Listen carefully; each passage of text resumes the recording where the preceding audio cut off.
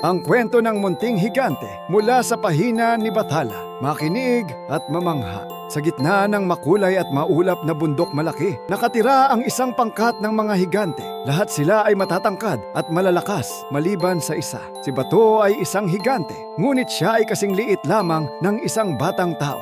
Isang umaga, naglaro ang mga higante ng paborito nilang laro, ang pagpukol ng malalaking bato sa lawa. Sinubukan ni Bato na sumali, ngunit hindi niya mabuhat ang mabibigat na bato na pinaglalaroan ni Malakas. Nalungkot si Bato, pakiramdam niya ay wala siyang silbi sa kanilang komunidad. Naglakad-lakad siya hanggang sa makarating sa gitna ng kanilang baryo, kung saan nakatayo ang tore ng orasan. Ngunit sa araw na iyon, ang orasan ay huminto. Sinubukan ng mga higanteng sina Malakas at Giting na ayusin ang orasan. Ginamit nila ang kanilang malalakas na braso para paikutin ang mga gulong sa loob. Ngunit dahil sa laki ng kanilang mga daliri, lalo lamang naipit ang mga maliliit na tornilyo. Napansin ni Bato ang kanyang sariling mga kamay. Hindi sila kasing laki ng kay Malakas, ngunit sila ay maliksi. Baka kaya ko silang tulungan, bulong niya sa sarili. Lumapit si Bato kay Lolo Silay, ang pinakamatandang higante sa bundok malaki. Lolo Silay, maaari ko po bang subukang ayusin ang orasan? Maliliit po ang aking mga kamay. Baka mas madali ko itong magawa. Magalang na tanong ni Bato.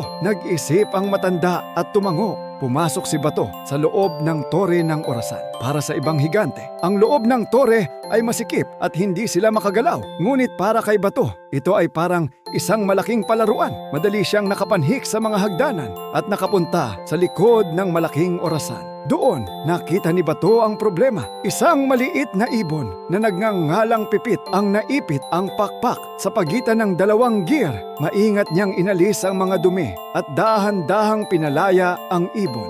Nang mawala ang bara, biglang umikot ang mga gears. Tik-tak, tik-tak, muling gumana ang orasan. Ay mabilis na bumaba ng tore sa labas. Nagbubunyi ang lahat ng mga higant, kabilang na si Lolo Silay na pumalakpak ng malakas. Mula noon, si Bato na ang naging opisyal na tagapangalaga ng lahat ng maliliit na bagay sa bundok malaki. Napatunayan ni Bato na hindi kailangang maging pinakamalaki para makatulong ng malaki. Ang bawat isa, kahit gaano kaliit, ay may espesyal na papel na dapat gampanan. Aming salamat sa pakikinig. Kung nagustuhan mo ang kwentong ito, huwag kalimutang i-like at mag-subscribe. Hanggang sa susunod na alamat.